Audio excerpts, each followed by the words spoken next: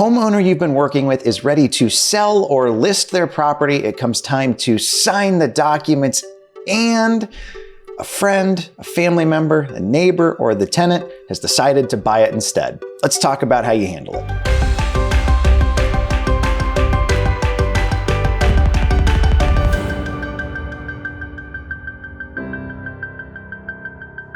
My name is Ryan Dossey, and I've been in the direct-to-seller marketing space for the past 10 years, doing everything from fix and flips, buy and holds, wholesales, all the way down to generating real estate listings. I'm the co-founder of Sold Fast, Ballpoint Marketing, Call Porter, and I've run the CCF Mastermind Group for the past 5 years, helping folks just like you find their own deals. I wrote a 71-page, nothing left out ebook that you can snag totally for free, just as my gift to you for checking out the channel today. So the absolute first thing we have to determine is the other interested party A, real? And B, are they serious or are they simply just stalling? The first thing I'm going to explain to sellers is that we hear this all the time. What probably happened is they mentioned to somebody, hey, I'm going to be selling the property. I'm going to be selling it for X. And the person who got that information doesn't want that property to sell. So they told them, I'll buy it for more. Oftentimes that's a family member, that's a neighbor, it's a friend, or very, very often it ends up being the person renting the property. If the property sells, they've got a new landlord, or maybe they've got to move. So they don't want that. My first thing that I typically explain to the sellers is maybe 1 out of 100 times, right? So 99% of the time, these sales don't go through. The tenant can't get qualified. The neighbor doesn't actually need a second house. That family member simply isn't ready to buy now. They simply thought, hey, if I could, that would be cool. I find that it's our job to explain the likelihood of that transaction going through is probably fairly small. Now, here's the honest to goodness truth. You are not likely to beat out a neighbor, a family member, a friend, or even the tenant that they have that long-term pre-existing established relationship with. In fact, if they're able to get that sale done, I'm extremely happy for them. It's rare, but when it does happen, we want to celebrate them for it. Once we've discovered if the interested party is able to close or simply just looking to stall, now comes time to chat with the seller whom we've been working with and determine what their priority is. Are they presenting us with this information because they're hoping that we'll be able to pay more money for the property? Or are they simply kind of putting us on notice of, hey, my relationship here with this other party is the priority, and no matter what you offer me, I'm going to sell the home to them. What I typically find is the announcement of there being another party potentially interested. The goal is to be able to get more money for the property, or maybe the other person even gave them a number. Well, hey, they're at $295. I'd pay you $300. So all of a sudden they're like, oh, I have options. There's multiple people interested here. Maybe we can even get like a little bit of a bidding war going. As I mentioned in the first point, if it's about the relationship, you're not going to get the deal. At this point, I would really act almost in kind of like a fiduciary capacity at no cost to them, just to see if we can help them get the transaction through, which I'll touch on in my next point.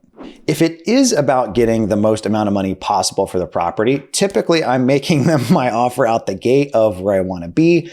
And normally there's some things I can do to wiggle there by like $1,000 or $2,000 if need be. Now, if you're making an offer way lower than you need it to be and you've got room to come up, great.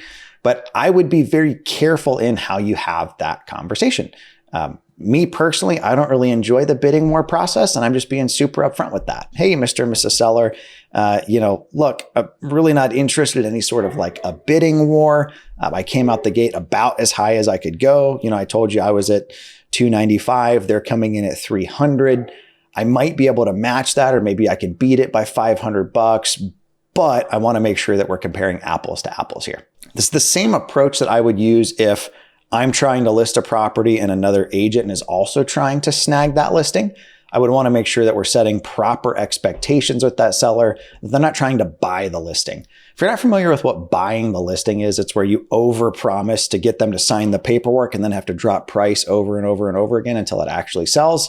Happens all the time and it sucks. It's not our model, but we do want to call it out if we think somebody else is trying to do that to somebody we're working with.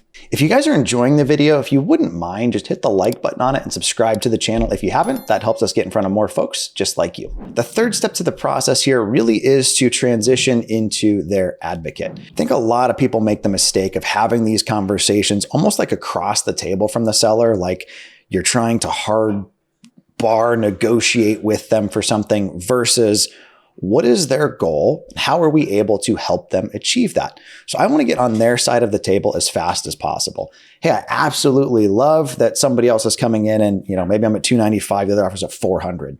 Wow, you should absolutely take that if you can get $105,000 more. Let's just make sure that it's legit. We run into this pretty often when wholesalers are competing with us on a legit offer. They'll throw out some number that they're never going to be able to buy that property for that price point. So we'll ask things like, did they make that to you in writing? When are they planning on closing? Did they show you a pre-approval letter or proof of funds? Are they licensed? Are they involved in real estate where you can trust them that they say they're going to close or not? Are there disclosures in that contract like it's contingent upon inspection and partner approval and or assigns? Clearly they're trying to wholesale the house and not trying to buy it. We want to get into that kind of discovery process to see, are we comparing apples to apples? Is this a legit offer or not? Pretty often what we find is either A, the offer is not legit, or B, nothing has been done in writing.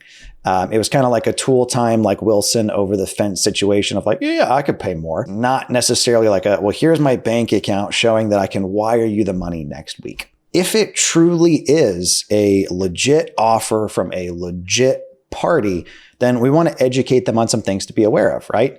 Hey, if it has an inspection window, during that inspection window, they might come back and try to get a better deal.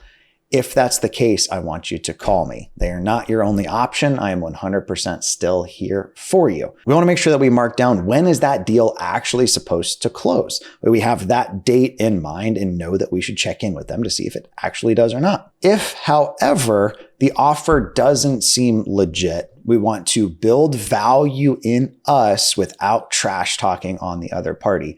Hey, Mr. Seller, it says here that this deal is contingent upon a partner approving it. I don't know about you, but I would want that partner's approval before I turn down a legit offer from me, right? I see on here that their earnest money is $5. That seems strange. Typically, earnest money is how serious they are to complete this transaction. I'm willing to put up $5,000, $10,000, $15,000 to show you I'm serious. I noticed they didn't include pre-approval or proof of funds. Here's my bank account so you can see that I can actually close on this house like I'm telling you that I can. There have 100% been instances where just building value in our track record and our ability to close, we've then been able to complete that transaction without having to come up on price. Typically, though, it's a little bit of both. Now, my fourth final point here in closing, if it is a legit offer from somebody else, ready, willing, and able to pay more than us, our hands are kind of tied. We do want what's best for the seller. Now, I have had times where a seller has chosen to sell to me for less money because they liked us better. Chances are, if you're watching this video, we're really not at that point. So we want to set a reminder on our calendar to check in with that seller the week before, the day before, the day of, and see, hey, does this thing actually close, right? When does the inspection contingency run out?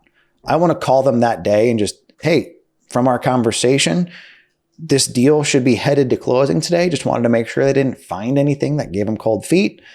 Day before, hey, just wanted to make sure they haven't tried to push that closing back on you or anything.